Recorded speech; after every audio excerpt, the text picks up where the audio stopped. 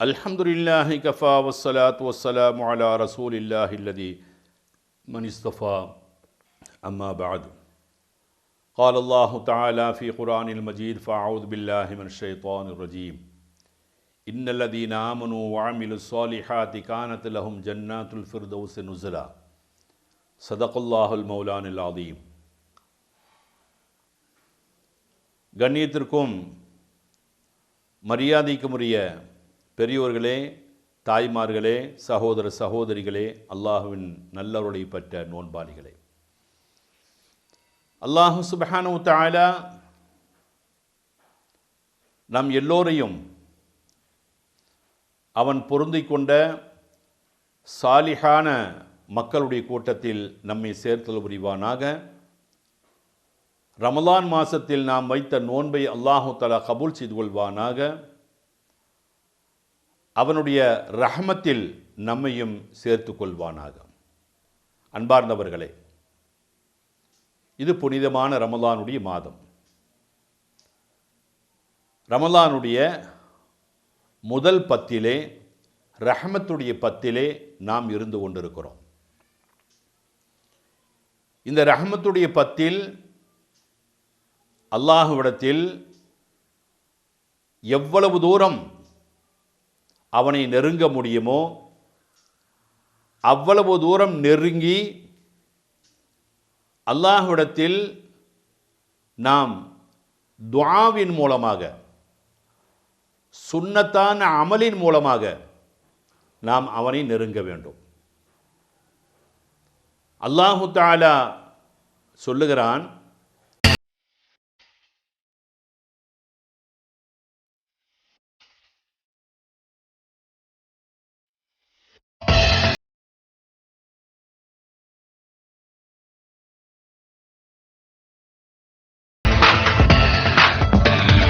UK Clothes and Garments Manufacturing and Wholesale Distributor, Chittoor Road, Koduvayur. Wholesale business only. அவனை நெருங்குவதற்கு சுன்னத்தான அமல்கள் அவனுடைய நெருக்கத்தை உண்டாக்கும். எந்த அளவுக்கு ஃபர்லான நோன்பு அல்லாமல், ஃபர்லான தொழுகை அல்லாமல் சுன்னத்தான வணக்கங்களை அதிகமாக செய்கின்றோமோ, தஹஜ்ஜுத் தொழுகை, அவ்வாபின் தொழுகை, லுஹா தொழுகை, தராவி தொழுகை, இதே போல நிறைய தொழுகைகள் இருக்கிறது.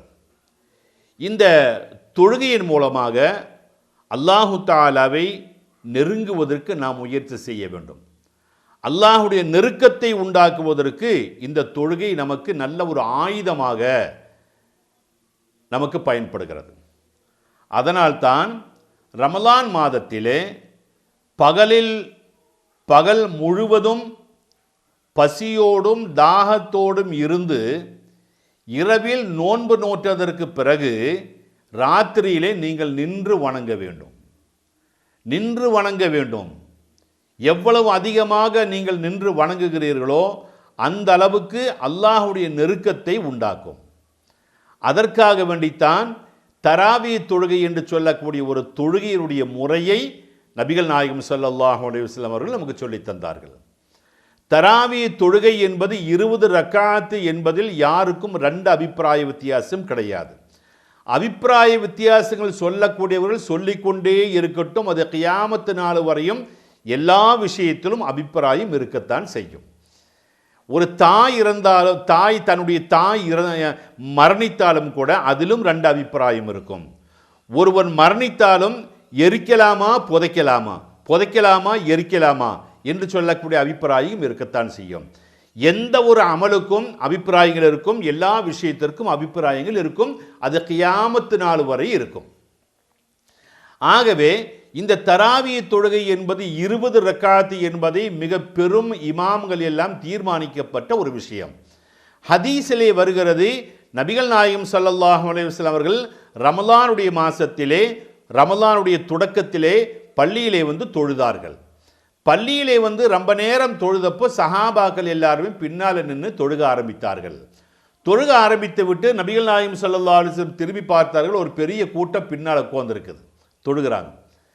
2வது நாளும் அதே மாதிரி நபிகள் நாயகம் ஸல்லல்லாஹு அலைஹி வஸல்லம் ரமலானுடைய இரவிலே இஷா தொழுகைக்கு பிறகு தொழுது கொண்டிருந்தார்கள். திரும்பி பார்த்தார்கள், பெரிய ஒரு கூட்டம் ரசூலுல்லாஹ்வை தொடர்ந்து தொழுது கொண்டிருக்கிறார்கள்.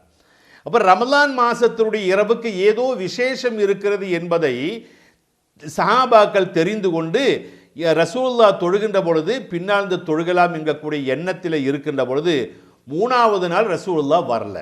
3வது நாள் ரசூலுல்லாஹ் பள்ளிவாசலுக்குள்ள தொழுதாமல் வீட்டுக்குள்ளேயே தொழுது கொண்டார்கள். பிறகு ரசூலுல்லாஹ்விடத்தில் கேட்கப்பட்டது, நீங்கள் 2 நாள் 3 நாள் தொழுதீர்கள், அதற்கு பிறகு தொழுகவில்லையே என்று கேட்ட பொழுது ரசூலுல்லாஹ் சஹாபாக்களுக்கு விளக்கம் சொன்னார்கள். இது டெய்லி நான் தொழுக வைத்தால் இது உங்களின் மீது ஃபரலாக்கப்பட்டு விடுமோ, கண்டிப்பாக தொழுதே தான் தீர வேண்டும் என்கக்கூடிய நிர்பந்தமான சூழ்நிலைக்கு நீங்கள் தள்ளப்பட்டு விடுவீர்களோ என்று பயந்துதான் நான் பள்ளிக்கு வராமல் வீட்டுக்குள்ளேயே தொழுது விட்டேன் என்பதாக விளக்கம் சொன்னார்கள்.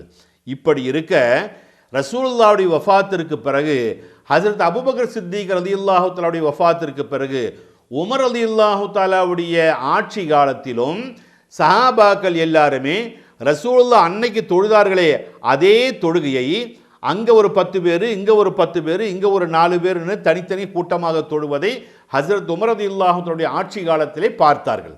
பார்த்த உடனேயே உமர் ரலியல்லாஹு தஆலா என்ன செய்தார்கள் தெரியுமா? ஏன் இப்படி அங்கே கூட்டம், இங்கே ஒரு 10 பேர், இங்கே பேர் தொழுகிறீங்க, அதனால் எல்லாரும் சேர்ந்து ஒரே இமாமுக்கு பின்னால் தொழுங்கள் என்கக்கூடிய அந்த ஒரே இமாமுக்கு பின்னால் தொழுகக்கூடிய அந்த ஒரு சூழ்நிலையை உருவாக்கியவர்கள் ஹஜ்ரத் உமர் ரலியல்லாஹு தஆலா அன்ஹு அவர்கள். ஆக தராவி தொழுகை என்பது 20 ரக்காத்தில் என்பதில் யாருக்கும் எந்த சந்தேகம் கிடையாது. காபத்துல்லாவிலே தொழுகக்கூடியது எத்தனை ரக்காத்து? 20 ரக்காத்து. அல்லாஹுடைய பள்ளிவாசல் காபத்துல்லாவிலே உலக மக்கள் எல்லாரும் கூடியிருக்கக்கூடிய அந்த பள்ளிவாசலை தொழுகக்கூடியது 20 ரக்காத்து. ரசூலுல்லாஹ் அடங்கி இருக்கக்கூடிய மதீனா ஷரீஃபிலே ரசூலுல்லாஹ்வுடைய கபருக்கு பக்கத்திலேயே இமாமு தொழு வைக்கிறாரு 20 ரக்காத்து. இதை விட ஒரு ஆதாரம் என்ன வேணும்? பின்ன சில பேர்கள் சொல்லுவார்கள், என்ன சொல்லுவார்கள் தெரியுமா? இல்லை முதல் ரக்காத்துக்கு 10 ரக்காத்து ஒரு இமாமு, 2வது ரக்காத்து 10 ரக்காத்துக்கு யார் இமாமுன்னு சொல்லுவாங்க. அது மக்காவிலும் மதீனாவிலும் மட்டுமல்ல, பல இடங்களில் ஒரு பள்ளியிலே பல இமாம்கள் இருப்பார்கள். மக்காவை பொறுத்தளவு லொஹருக்கு ஒரு இமாமு, அசருக்கு ஒரு இமாமு, மகரிபுக்கு ஒரு இமாமு, இஷாவுக்கு ஒரு இமாமு, ஃபஜ்ருக்கு ஒரு இமாமு.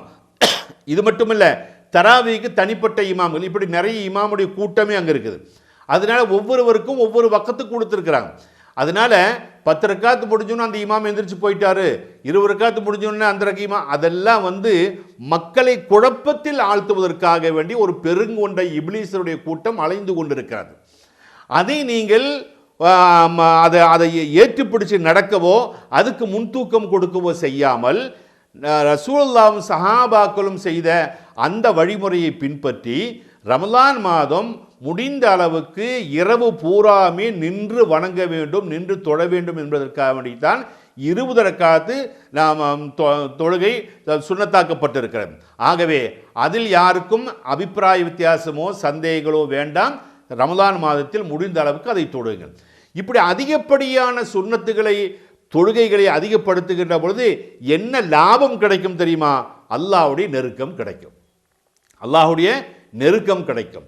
ரசூலுல்லாவுக்கு தினந்தோறும் தண்ணி எடுத்து கொடுத்து கொண்டிருந்த அந்த தஹஜ்ஜுத் தொழுகைக்கு ரசூலுல்லாவுக்கு தண்ணீர் எடுத்து கொடுத்திருந்த அந்த சஹாபி இடத்துல ரசூலுல்லாஹ் கேட்டாங்க, உனக்கு என்ன வேணும் கேளு, என்ன வேணும் கேளு அப்படின்னு கேட்டாங்க. அந்த நேரத்தில் அந்த சஹாபி எதை கேட்டாலும் ரசூலுல்லாஹ் அவர்கள் துஆ செய்திருப்பார்கள். எதை கேட்டாலும் ரசூலுல்லாஹ் துஆ செய்திருப்பார்கள். என்ன கேட்டாலும் ரசூலுல்லாஹ்வுடைய துஆல அங்கீகரிக்கப்படும். ஆனால் அந்த சஹாபி அவர்கள் என்ன கேட்டார்கள் தெரியுமா? யா ரசூலுல்லாஹ், இப்போ நான் உங்களை நேரடியாக பார்க்குறேன், நேரடியாக பார்த்து பேசுகிறேன், உங்களுக்கு பின்னால் நான் தொழுகிறேன். മംഗള മുഹൂർത്തങ്ങൾ അവിസ്മരണീയമാക്കാൻ ഒത്തുകൂടാനിനി KMR convention centre Thenkurissi. Centralised AC ഹാളിൽ 1200 പേരെ ഉൾക്കൊള്ളുവാനുള്ള സൗകര്യം, ലിഫ്റ്റ് സൗകര്യമുള്ള പാലക്കാട്ടെ ഏക കൺവെൻഷൻ സെന്റർ, വിശാലമായ കാർ പാർക്കിംഗ് ഏരിയ, 500 പേർക്കിരിക്കാവുന്ന ഭക്ഷണശാല, വിസ്തൃതമായ കിച്ചൺ, CCTV സർവൈലൻസിന്റെ സുരക്ഷിതത്വത്തോടെ വിശേഷ ദിവസങ്ങൾ ആനന്ദപൂർണ്ണമാക്കാം. KMR convention centre, Kunnugada, Tengurshi. For booking, please contact 9447381865. உங்களுடைய தேவைகளை பூர்த்தீகரிக்கக்கூடிய ஒரு சந்தர்ப்பம் எனக்கு கிடைத்திருக்கிறது. ஆனால் நாளை மறு உலகத்தில் சொர்க்கத்தில் உங்களுக்கு அல்லாஹ் தஆலா உயர்ந்த அந்தஸ்தில் இருப்பீர்கள். அல்லாஹ் உயர்ந்த அந்தஸ்தை உங்களுக்கு தருவான். நீங்கள்லாம் நபிமார்கள், நபிமார்களுக்கெல்லாம் தலைவர், நீங்கள் உயர்ந்த அந்தஸ்தில் இருப்பீர்கள். ஆனால் நான் ஒரு ஏழை, நான் ஏதாவது ஒரு மூலையில் இருப்பேன். சொர்க்கத்திற்கு வருவேனா என்று தெரியவில்லை, அப்படி வந்தாலும் கூட ஏதாவது ஒரு மூலையில் இருப்பேன். ஆகவே நாளை மறு உலகத்தில் சொர்க்கத்திலும் உங்களுடைய கூடையே இருக்க வேண்டும், உங்கள் கூட எனக்கு இருக்கணும், அதுதான் எனக்கு ஆசை என்று அந்த சஹாபி அவர்கள் ரசூலுல்லாஹி ஸல்லல்லாஹு அலைஹி வஸல்லம் சொன்ன பொழுது ரசூலுல்லாஹ் என்ன சொன்னார்கள் தெரியுமா? அதிகமாக சுஜூது செய்து கொள் என்று சொன்னார்கள். சுஜூது செய்து கொள் என்று சொன்னால் என்ன அர்த்தம்? அதிகமாக வணக்கங்களை செய்து கொள், அதிகமாக தொழுதுக்கோ என்று அந்த சஹாபி அவர்களுக்கு சொன்னார்கள். அப்போ எந்த அளவுக்கு அதிகமாக சுஜூது செய்து நாம் தொழுது அல்லாஹ்விடத்தில் அல்லாஹ்வுக்காக தொழுகிறோமோ அந்த அளவுக்கு அல்லாஹ்வுடைய நெருக்கத்தை உண்டாக்கும், ரசூலுல்லாஹ்வுடைய நெருக்கத்தை உண்டாக்கும், நல்லோர்களோடு இருக்கக்கூடிய ஒரு பாக்கியத்தை நிச்சயமாக நமக்கு அமையும். ஆகவே ஜன்னத்துல் ஃபிர்தௌஸ் வேண்டும் என்று சொன்னால் நமக்கு வேண்டும் என்றது இருக்க வேண்டியது என்ன? போதும் என்ற மனம். அல்லாஹ் தந்ததை கொண்டு நாம் போதுமாக்கி கொள்ள வேண்டும். ரெண்டாவது, ஜன்னத்துல் ஃபிர்தௌஸ் என்று சொல்லக்கூடிய சொர்க்கத்துக்கு போனோம்னு சொன்னால் நம்ம என்ன செய்யணும் தெரியுமா?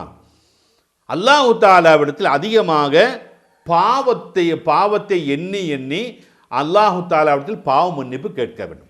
முடிந்த அளவுக்கு அதிகமாக பாவ மன்னிப்பு கேளுங்கள். அஸ்தக்ஃபிருல்லாஹ் ரப்பி மின் குல்லி தம்மி வா தூபி இலை, இப்படி என்னமெல்லாம் இஸ்திக்ஃபார் இருக்கிறதோ பாவ மன்னிப்பு அதையெல்லாம் அதிகமாக ரசூலுல்லாஹி ஸல்லல்லாஹு அலைஹி வஸல்லம் சொல்லித் தந்தார்கள். ஒரு நாளைக்கு நான் 100 தடவை அஸ்தக்ஃபிருல்லாஹ் சொல்லுகிறேன் என்று சொன்னார்கள். ரசூலுல்லாஹி ஸல்லல்லாஹு அலைஹி வஸல்லம் அவர்கள் ஒரு நாளைக்கு 100 தடவை அஸ்தக்ஃபிருல்லாஹ் என்று சொல்கிறார்கள்.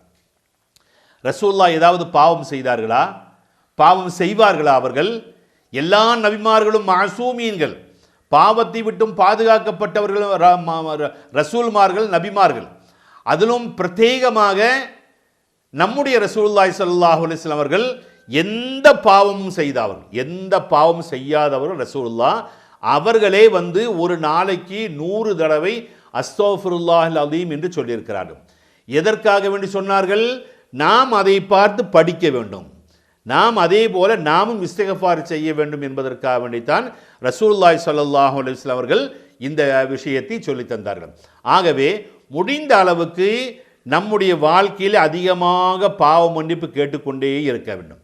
ஹஸரத் உமர் ரலியல்லாஹு அன்ஹு அவர்களுடைய வாழ்க்கை வரலாறு என்ன தெரியுமா? கடைசி கட்டத்தில் சக்கராத்துடைய நேரத்தில் அவங்கள கட்டில் படுக்க வச்சாங்க. சாதாரண இந்த மௌத்து நெருங்கிட்டா அவங்கள கொண்டு வந்து கட்டில் படுக்க வைக்கிறது எல்லா காலத்திலையும் பழக்கம். அதே போல உமர் ரலியல்லாஹு அன்ஹு அவர்களையும் கட்டிலில் படுக்க வைக்கப்பட்டது. அப்பொழுது உமர் ரலியல்லாஹு அன்ஹு அவர்கள் சொன்னார்கள், இந்த கட்டிலை எடுத்துட்டு என்னை கீழே படுக்க வைங்கன்னாங்க. கட்டிலில் படுக்கிற அளவுக்கு எனக்கு தகுதி இல்லை, கட்டில் படுக்கக்கூடிய அளவுக்கு எனக்கு தகுதி இல்லை என்பதாக உமர் ரலியல்லாஹு அன்ஹு அவர்கள் சொல்லுகிறார்கள். நான் அந்த அளவுக்கு பெரிய இது நன்மை செய்தவன்லாம் இல்லை, நான் அவ்வளோ பெரிய ஆள் இல்லை என்பதை காட்டுவதற்காக வேண்டி ஹஸரத் உமர் ரலியல்லாஹு அன்ஹு தன்னை தாழ்த்தி கொண்டார்கள். அதே போல ரசூலுல்லாஹி ஸல்லல்லாஹு அலைஹி வஸல்லம் பற்றி குர்ஆனில் சொல்லுகின்ற பொழுது, இதா ஜாஅ நஸ்ருல்லாஹி வல் ஃபத்ஹ் வரைத்தன் நாஸ யதுகுலூன ஃபீ தீனில்லாஹி அஃப்வாஜா ஃபஸப்பிஹ் பிஹம்தி ரப்பிக வஸ்தக்ஃபிருஹு. நபியே, வந்த வேலை முடிஞ்சு, உங்களுடைய வேலை என்னவோ அதை நீங்கள் செய்து முடிச்சிட்டீங்க, நீங்கள் வந்த வேலை முடிஞ்சு. அதனால இனிமேல் கொண்டு அல்லாஹ்வை தஸ்பீஹ் செய்யுங்கள், அதே போல தஹ்மீது செய்யுங்கள், இஸ்திக்ஃபார் தேடிக்கொள்ளுங்கள். ரசூலுல்லாஹ்விடத்தில் அல்லாஹ்வுடைய வஸ்தக்ஃபிருஹு, இஸ்திக்ஃபார் தேடிக்கொள்ளுங்கள் என்று ரசூலுல்லாஹி ஸல்லல்லாஹு அலைஹி வஸல்லம் அவர்களை பார்த்து அல்லாஹ் தஆலா சொல்லி காட்டுகிறான். அப்போ எல்லாருக்கும் அது தேவை, எல்லாரும் அதை செய்ய வேண்டும் என்பதற்காக வேண்டித்தான் அந்த வார்த்தையை அல்லாஹ் தஆலா குர்ஆனிலே சொல்லி தருகிறான். நபிகள் நாயகம் ஸல்லல்லாஹு அலைஹி வஸல்லம் அவர்கள் சொன்னார்கள், ஒவ்வொரு தொழுகைக்கு பின்னாலேயும் அஸ்ஸலாமு அலைக்கும் வரஹ்மத்துல்லாஹ், அஸ்ஸலாமு அலைக்கும் வரஹ்மத்துல்லாஹ் என்று சலாம் கொடுத்ததற்கு பிறகு 3 தடவை இஸ்திக்ஃபார் செய்யுங்கள். அஸ்தக்ஃபிருல்லாஹல் அலீம், அஸ்தக்ஃபிருல்லாஹ் அலீம் அஸ்தக்ஃபிருல்லாஹ் அலீம் என்று 3 தடவை சொல்லிக் கொள்ளுங்கள். காரணம் என்ன? நம்முடைய தொழுகையை அல்லாஹ் தஆலா ஏற்றுக்கிட்டானான்னு தெரியாது. நம்ம எதை விட்டோம், என்ன ஓதுனோம் நமக்கு தெரியாது. தக்பீர் கட்டின உடனேயே ஷைத்தான் நம்ம கூட வந்துட்டான். நம்முடைய ஆலோசனைகள்லாம் அங்கே இங்கே எல்லாம் பல பக்கம் நம்ம தெரிஞ்சுது. அதனால தொழுகையின் பக்கமே நம்முடைய எண்ணமே வரல. நம்முடைய எண்ணங்கள் பூராமே பல இடங்களில் பரவி கொண்டு இருந்தது. என்ன ஓதுனோனே தெரியாது. அதனால தொழுகை முடிஞ்சு சலாம் கொடுத்து முடித்த உடனே இஸ்திக்ஃபார் செய்து கொள்ளுங்கள். உங்களுடைய தொழுகையில் ஏதாவது குறை இருந்துன்னு சொன்னால் அல்லாஹ் தஆலா அதை மன்னித்து விடுவான். மன்னிக்க போதுமானவனாக இருக்கிறான் என்பதற்காக வேண்டித்தான் அந்த 3 தடவை இஸ்திக்ஃபார் செய்ய சொன்னார். ஆக ஜன்னத்துல் ஃபிர்தௌஸ் என்று சொல்லக்கூடிய சொர்க்கத்திற்கு நாம் கடக்க வேண்டும் என்று சொன்னால் இரண்டாவதாக நம்மிடத்தில் இருக்க வேண்டியது என்னவென்று சொன்னால் இஸ்திக்ஃபார், பாவ மன்னிப்பு நிச்சயமாக நம்மிடத்தில் இருக்க வேண்டும். மூன்றாவது நம்மிடத்தில் இருக்கக்கூடாத ஒன்று, என்ன தெரியுமா? பொறாமை, அசூய அப்படின்னு சொல்லுவாங்க மலையாளத்தில். அசூய, பொறாமை, இது இருக்கக்கூடாது. இது எவ்வளவு பெரிய கொடுமையான ஒரு ஹசது என்று சொல்லக்கூடிய பொறாமை எவ்வளவு பெரிய பாவமான செயல் என்பதை இன்ஷா அல்லாஹ் நாளையும் உங்களுக்கு முன்னால் நான் வருவேன். அதுவரைக்கும் அஸ்ஸலாமு அலைக்கும் வரஹ்மத்துல்லாஹி வபரகாத்துஹு.